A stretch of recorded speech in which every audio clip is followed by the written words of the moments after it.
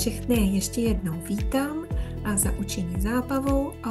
Moje jméno je Diana Pavliuk a budu dělat technickou podporu. A vítám vás na webináři Jak na toaletu. A předávám slovo naší lektorce Ivane Trelové. Ďakujem veľmi pekne, Dianka, ďakujem za uvítanie a všetkých vás vítam. A ja za chvíľku prezdielam prezentáciu. Hneď na úvod by som jej chcela povedať, že budem sa snažiť rozprávať pomaly, tým, že som zo Slovenska a mám veľakrát otázky, že niečo nerozumejú. Kľudne sa potom aj pýtajte. Ak budete mať nejaké otázky, prosím, píšte ich do chatu v závere. Ja si budem strážiť čas, tak aby som mala ešte dosť priestoru vám odpovedať na otázky. To, čo budem vedieť, veľmi rada odpoviem. A čo nie, tak asi potom nebudem vedieť, ale aspoň budem vedieť vás možno niekde navigovať, kde by ste si mohli viac informácií zistiť. Op. Dobre, takže hneď na úvod by som sa rada predstavila. Tí, ktorí ma poznáte, viete, že na Slovensku pôsobím od roku 2015. Predtým som 10 rokov trávila v Amerike, kde som pracovala s deťmi s poruchou autistického spektra. Prevažne to boli školy v inklúzii, od materskej školy, čiže od malých detí od 3 rokov až po základnú školu a strednú školu. Takže tam som pracovala ako asistent pre detičky, ktoré boli v inklúzii. Do obeda väčšinou boli v škole alebo po obede a polovičku času strávili v ABA triede, kde im bola poskytovaná ABA terapia, kde sme vlastne navádzali alebo učili tie zručnosti, ktoré dieťaťu chýbali v škole, tak aby v škole bolo čo najúspešnejšie. Tiež som pracovala v internátnej škole pre deti s autizmom. Tam som už pracovala ako behaviorálny analytik. Tam sme sa viac sústreďovali práve na také už závažnejšie ťažkosti u detí s autizmom, prevažne problémové správanie.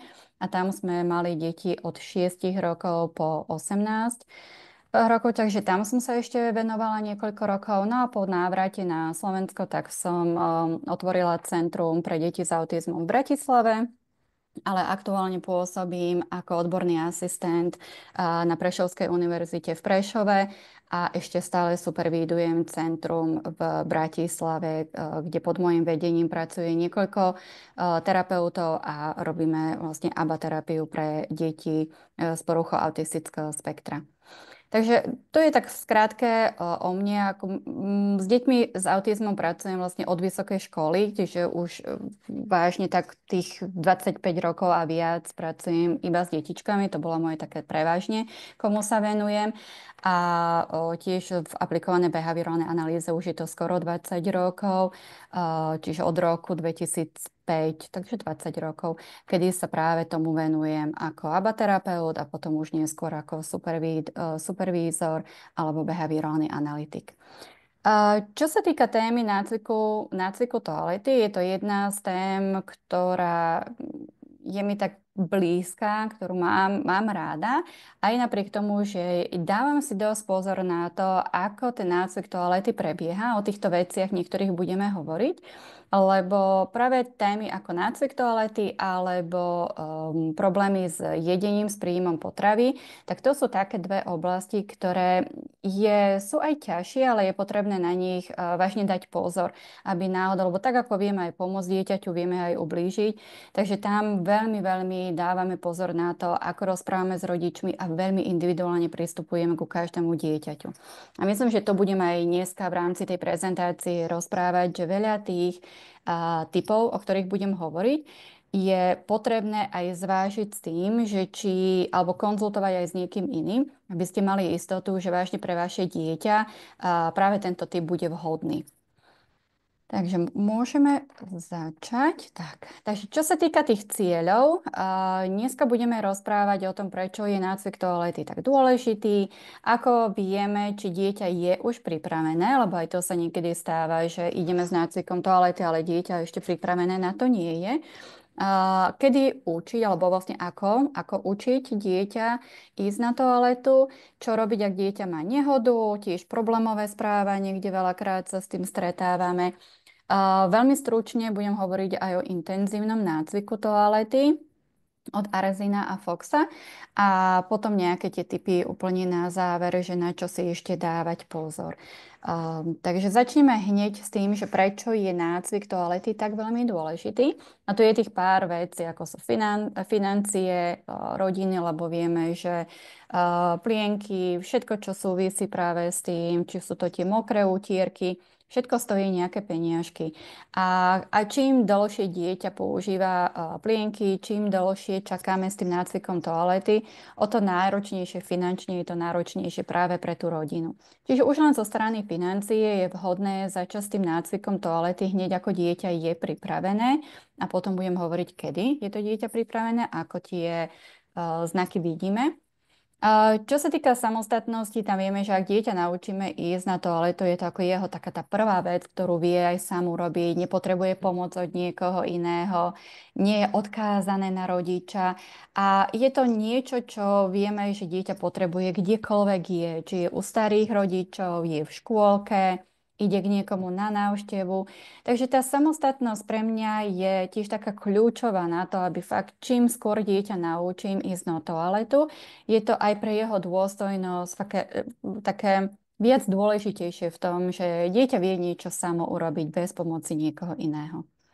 Začlenenie do kolektívu a hlavne to súvisí aj s tým zaradenia do školského systému. Vieme, že pred nástupom dieťaťa alebo pred nástupom do materskej školy je častokrát vyžadované, že dieťa už bude vedieť chodiť na toaletu samo a nemáte plienky. Takže to niekedy brzdí práve v tom, či dieťa príjmu alebo nepríjmu práve do školského systému a do materskej školy. Tiež to záleží, o akú školu ide, čiže niektoré školy ešte akceptujú, že dobré, ak dieťa má plienky, vedia s tým, ale to už je prvé, čo napríklad na čom pracujú. Takže aj špeciálne materské školy už pracujú prvý rok na tom, aby dieťa tie plienky nemalo. Ako vieme aj s tým, že potrebuje, keď je tam aj menej dozoru, menej pedagógov, nie je možné potom chodiť individuálne s každým dieťaťom na toaletu. A to začlenenie do kolektívu s tým, že keď je dieťa vie aj používať samostatne toaletu, nevylučuje sa zo spoločnosti, vie chodiť na rôzne krúžky, vie chodiť na nejaké aktivity, ktoré sú po škole, vie chodiť na výlety s deťmi.